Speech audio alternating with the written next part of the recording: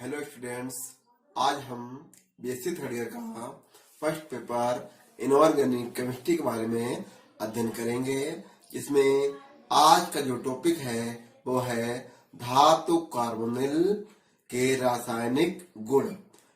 तो इसमें जो हम या तो इसे पढ़ेंगे जो है केमिकल प्रॉपर्टीज ऑफ धातु या मेटल कार्बोनिल। तो इसमें हम देखेंगे कि किस तरह यहाँ पर जो हमारा धातु कार्बोनिल से कौन कौन से कंपाउंड यहाँ पर बनेंगे, उसको हम यहाँ पर देखेंगे कि इसकी जो प्रतिस्थापन अभिक्रिया है वो धातु कार्बोनिल से कौन कौन से कंपाउंड यहाँ पर बनाती हैं। तो आइए हम शुरू करते हैं। यहाँ पर रासायनिक जो है गुण इसके धातु कार्बोनिल के से पहला पॉइंट है प्रतिस्थापन अभिक्रियाएं। तो कार्बोनिलों से कुछ या सभी CO समूह, जो CO समूह है यहाँ पर है कार्बन मोनोऑक्साइड और इसी को हम पढ़ते हैं कार्बोनिल। दोनों CO समूह एक दंती लिगांडों जैसे कि PCl3, PR3, PY एक्सेट्रा द्वारा प्रतिस्थापित हो जाते हैं। प्रतिस्थापित मतलब है कि वो उसके स्थान से उसको रिमूव क्या नाम की वहां से हटाकर उसे वहां से हटा देता है। तो हम देखते हैं यहाँ पर एग्जाम्पल के तौर पर ये जो है हमारा FeCO का घोल 5। तो आयरन पेंटा कार्बोनिल, इसका जो नाम होगा आयरन पेंटा कार्बोनिल। तो इसकी जब क्रिया हम 2py से करते हैं तो जो 2py है वो यहाँ से जैसे ही आयरन पेंटा कार्बोनिल से क्रिया करेगा तो CO समूह के 2 मॉलिक्यूल यहाँ से रिप्लेस करके ये यहाँ पर आ जाएंगे और 2CO यहाँ से निकल जाएंगे। तो यहाँ पर जो कंपाउंड बनता है वो है FeCO का घोल 5, PY का घोल 2 प्लस 2 मॉलिक्यूल यहाँ पर निकल गए किसके, कार्बन मोनोऑक्साइड या फिर CO समूह के। इसी तरह हम देखते हैं कि जो निकेल टेट्रा कार्बोनिल है, निकेल टेट्रा कार्बोनिल क्रिया जब हम 4PCl3 से जब करवाते हैं तो यहाँ पर जो CO के 4 मॉलिक्यूल हैं वो यहाँ से पूरे के पूरे यहाँ से हटकर और PCl3 यहाँ पर इसका स्थान ले लेता है। तो यहाँ पर ये बना है NiPCl3 का घोल 4 प्लस 4CO। अगला देखते हैं जब निकेल टेट्रा कार्बोनिल की क्रिया हम 2NO2 से जब करवाते हैं तो यहाँ पर NiNO2 का घोल 2 प्लस 4CO यहाँ से निकल जाते हैं। तो ये जो अपक्रियाएं हैं सभी में प्रतिस्थापन अपक्रियाएं हैं कि जब हम जिससे भी अपक्रिया कराते हैं वो धातु से डायरेक्टली अटैच हो जाता है और जो धातु से जुड़ा हुआ धातु कार्बोनिल होता है वो यहाँ से हटकर इससे दूर हो जाता है।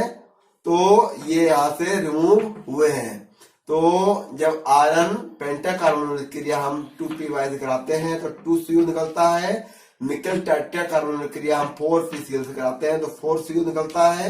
निकेल टेट्रा कार्बोनिल क्रिया जब हम नाइट्रस ऑक्साइड से कराते हैं तो 4CO यहाँ से रिप्लेस होकर निकलता है। अब हम बात करते हैं यहाँ पर नाइट्रिक ऑक्साइड की क्रिया।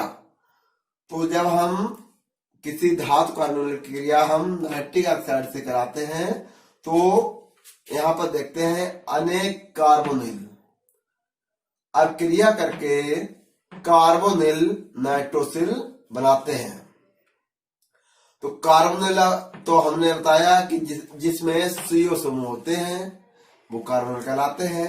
तो यहाँ पर FeCO का घोल 5, तो इसको पढ़े, इसका जो नाम है आयरन पेंटा कार्बोनिल और इसकी जब क्रिया हम कराते हैं नाइट्रोसिल से जो है नाइट्रिक ऑक्साइड से, तो 5 मॉलिक्यूल नाइट्रिक ऑक्साइड जब करवाई क्रिया हमने, और टेम्परेचर यहाँ पर रहेगा 95 डिग्री सेंटीग्रेड।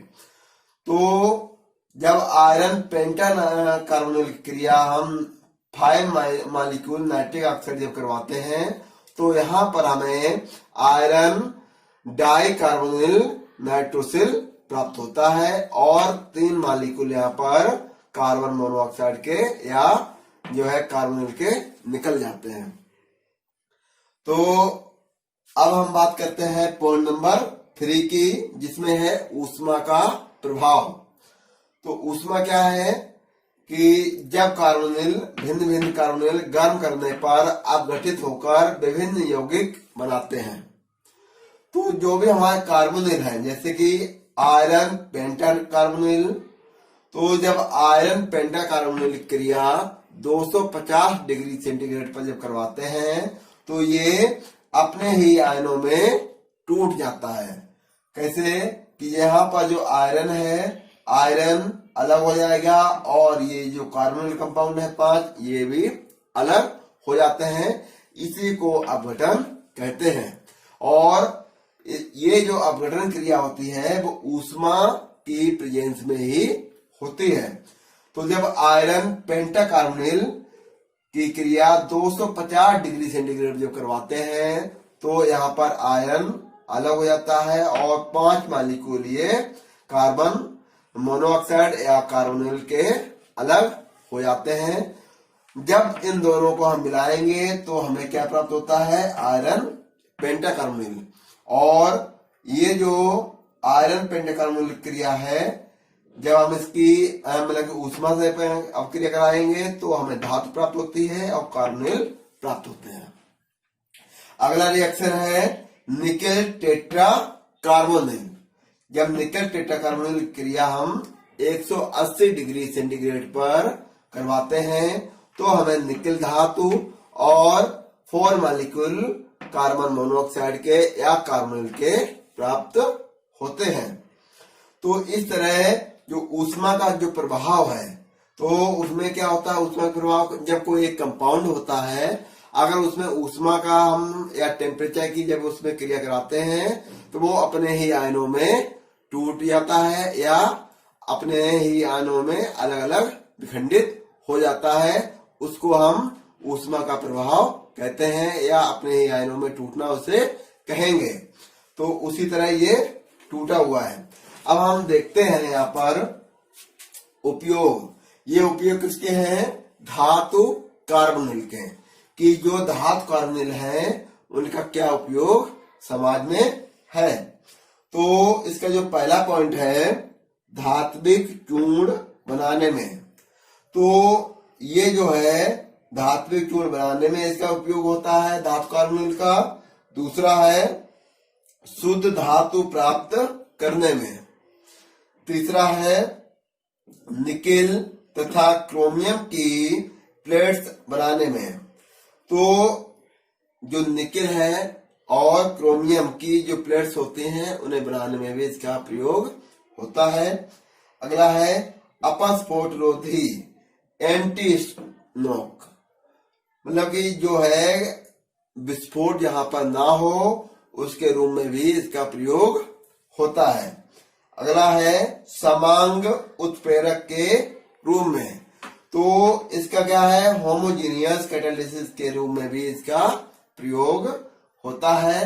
तो ये जो हमारे धातु कार्बोनिल के रासायनिक गुण थे और उनके उपयोग थे। इससे पहले जो लेक्चर में हमने इसके भौतिक गुण बताए थे और धातु कार्बोनिल बनाने की विधियां भी बताई थी। तो इस तरह यहाँ पर ये धातु कार्बोनिल के रासायनिक गुण और उनके उपयोग के बारे में आज हमने अध्ययन किया। Thank you for watching.